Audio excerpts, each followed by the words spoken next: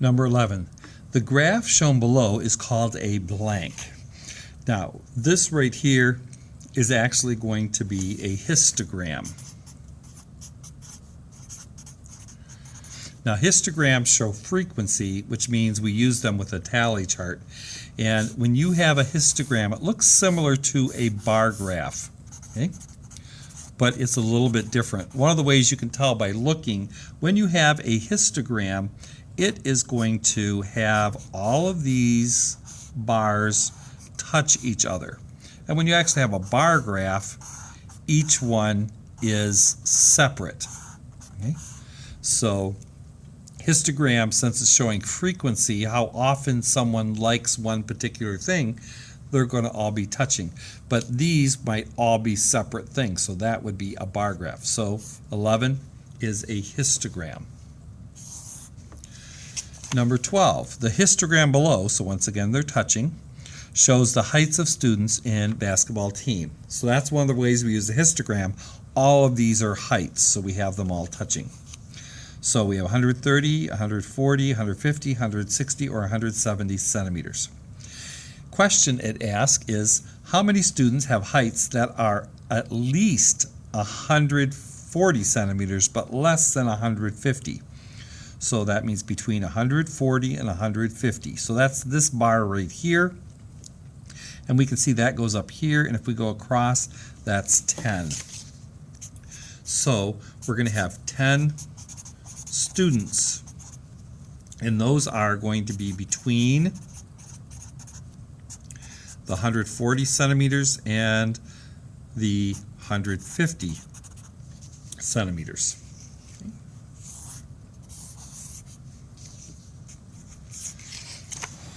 For 13, draw a histogram of the group data given in the frequency table below. So they have interval 4 to 8, 8 to 12, 12 to 16, 16 to 20. And then they tell us how many are in each one.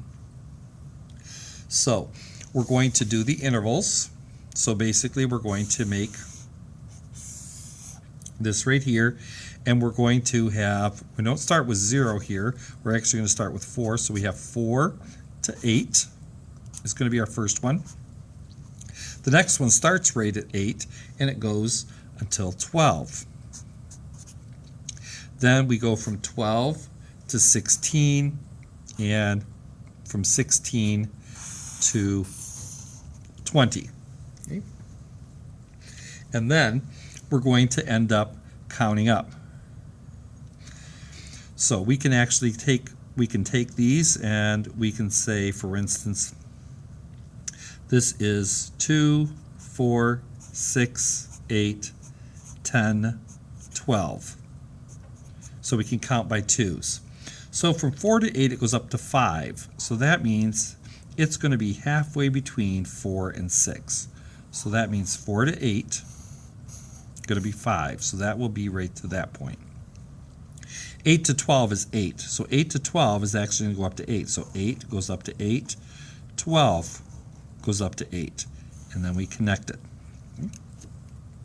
12 to 16 is 12. So we take the 12, go all the way up to 12. 16 all the way up to 12, and connect it. Then 16 to 20 is 6. So this goes up to 6, and then we take this one up to 6, and then we can connect it. And we can see this goes across to the 6. This goes across between 4 and 6, so that's 5. This goes right to the 8. That goes right to the 12. So once again, a histogram is going to touch. For number 14. On 14, we're given which of the following graphs have a trend. So once again, trend means that it's going one particular way or another way. So for 14, we can see that our first graph, A, has a negative trend. It's going downhill. B has no trend. So B has none. No trend for B because it goes up and down. C is all goes uphill. So C would be positive. Okay? And then here, basically, even though it comes straight here, it still is basically going uphill. Okay? So D is going to be a positive trend. So once again, you have days on a job and the number of builders. So the more builders you have, the faster it gets done. Okay? So here it's going up. Okay? So the more hours of practice, the better the score is going to be. Okay? Number 15. 100 students were asked if they will attend a school play and the football game on 2 consecutive evenings.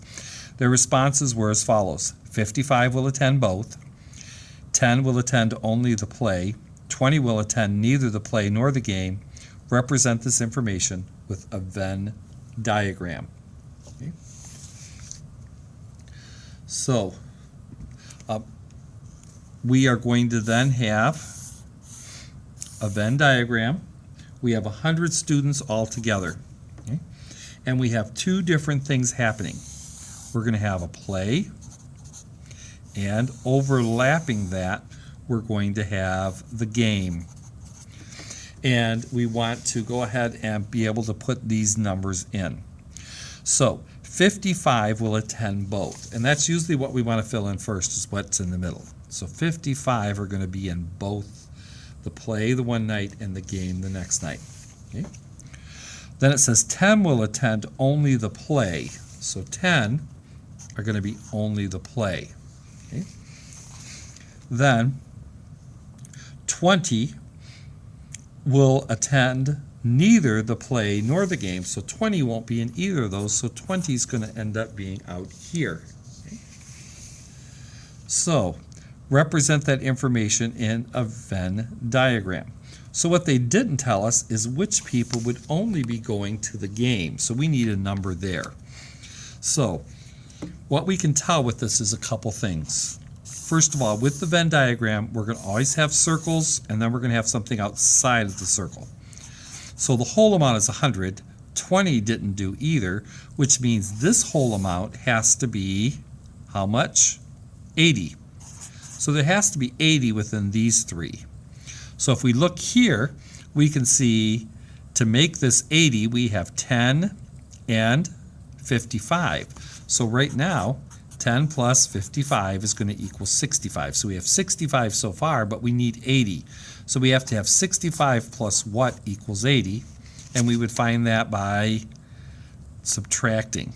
So 80 minus the 65 would end up getting us 15. So that means 15 would see the game.